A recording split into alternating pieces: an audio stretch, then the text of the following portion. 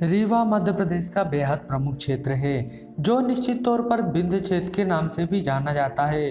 रीवा के इतिहास की कुछ प्रमुख घटनाएं मध्य प्रदेश के लिए रीवा को बहुत महत्वपूर्ण बनाता है, क्योंकि इतिहास गवाह है कि रीवा रियासत कभी किसी का भी गुलाम नहीं हुआ। दूसरा कारण यह भी है कि भारत या कहें पूरा एशिया में सबसे पहला सफ़ेद बाघ रीवा में ही पाया गया। रीवा एक संस्कृत प्रधान क्षेत्र है जहाँ अलग अलग संस्कृतियाँ फैली हुई हैं। मध्य प्रदेश में रीवा को राजघराना के लिए जाना जाता है। यहाँ एक ऐसी परंपरा है जो सदियों से चली आ रही है, जिसमें राजाओं की जगह गद्दी पर राजा भगवान राम को विराजा जाता है। रीवा में बघेल वंश के राजाओं ने 35 पुस्तक शासन किया। इन राजाओं के शासनकाल में 2 राजगद्दियाँ होती थी। मान्यताओं के अनुसार पहली राजगद्दी राजा राम की होती थी, जो कि हमेशा खाली रहती थी, और दूसरी गद्दी पर राजा बैठते थे और वो राज चलाते थे। पहले राजघराने की राजधानी बांधवगढ़ थी, जिसको उमरिया के नाम से भी जाना जाता है। सन 1618 में 16वीं शताब्दी के समय में राजा विक्रमादित्य रीवा आए, तब भी यहाँ पर वही परंपरा थी। यहाँ पर राजा श्री रामचंद्र जी को ही बनाया गया था, और जो यहाँ के राजा थे वे राजा राम जी के सेवक के रूप में राज चलाया करते थे, जिस कारण से यह परंपरा रीवा राजघराने को देश में अलग पहचान देती थी। और ये लोग अपना कुल देवता राजा राम के चंद्र जी के छोटे भाई लक्ष्मण जी को मानते थे। महाराजा रघुराम सिंह ने लक्ष्मण बाग संस्थान की स्थापना की और वहां पर लक्ष्मण जी का मंदिर भी बनवाया। और दुनिया में कुछ गिनी चुनी ही जगहें हैं जहां पर लक्ष्मण जी के मंदिर हैं।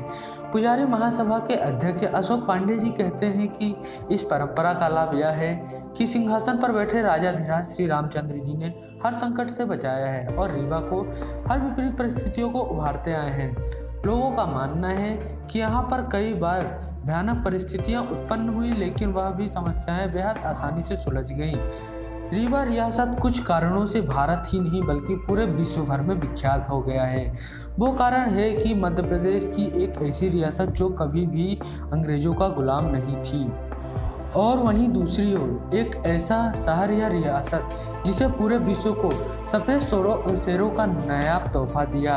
विश्व भर में रीवा के घने जंगलों में सबसे पहले सफ़ेद शेर देखे गए थे। तब महाराजा गुलाब सिंह जी का समय था। तब महाराजा गुलाब सिंह ने वैज्ञानिकों की सहायता से इन दुर्लभ प्रजातियों के शेरों को विकसित कराया। आज विश्व में बड़े बड़े चिड़ियाघरों में जो सफ़ेद शेरों की शान है वह रीवा रियासत की ही देन है। जो रीवा में सबसे पहले सफ़ेद शेर पाया गया था उसका नाम मोहन था। अब उसका पंजर आज भी रीवा के म्यूजियम में रखा हुआ है। रीवा की एक और सबसे खास बात है कि जब पूरे भारत में अंग्रेजों की हुकूमत थी तब भी रीवा रियासत पूरे तरीके से स्वतंत्र थी। रीवा के बारे में एक ऐसी भी मान्यता प्रचलित है कि रीवा में बड़े प्रतापी राजा हुए हैं। माना जाता है कि एक बार महाराजा रघुराम सिंह युद्ध से लौट रहे थे। तब उस समय सोन नदी में बाढ़ थी, तो उन्होंने सोन नदी से उस पार जाने के लिए रास्ता मांगा, तो सोन नदी ने उनको रास्ता दे दिया। ऐसे ही एक बार महाराजा रघुराम सिंह को फिरंगियों ने आमंत्रित किया था।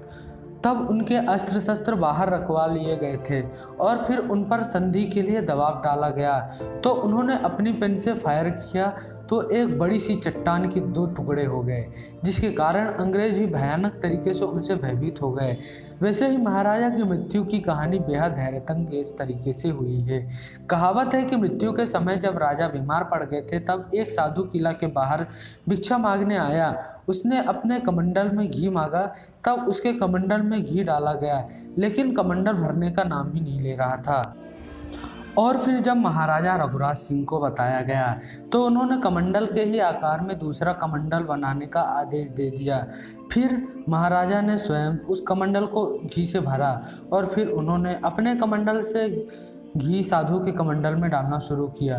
तो उस पर कहा जाता है कि ना तो साधु का कमंडल भरा रहा था और ना ही महाराज का कमंडल खाली हो रहा था, लेकिन बाद में साधु का कमंडल भरा गया। तब साधु ने कहा, धन्य हो, पर अब तुम्हारा धरती पर से जाने का समय आ गया है। और फिर उसी रात महाराजा का स्वर्गवास हो गया। ऐसे ही प्रतापी राजा रीवा के इतिहास में हुए हैं, जैसे महाराजा गुलाब सिंह, जूराव और महाराजा मार्तंड सिंह थे। एक बात जो आपको अजरज में डाल सकती है वो कि अकबर के नवरत्नों में शामिल प्रसिद्ध बुद्धिमान बीरबल और संगीतकार तानसेन जो अपने स्वर से ध्वनि से पानी को जमीन पर ला सकते थे, वो भी रीवा रियासत की ही देन है। तो ऐसी ही रीवा की भूमि ऐतिहासिक रहस्यों को समेटे हुए है।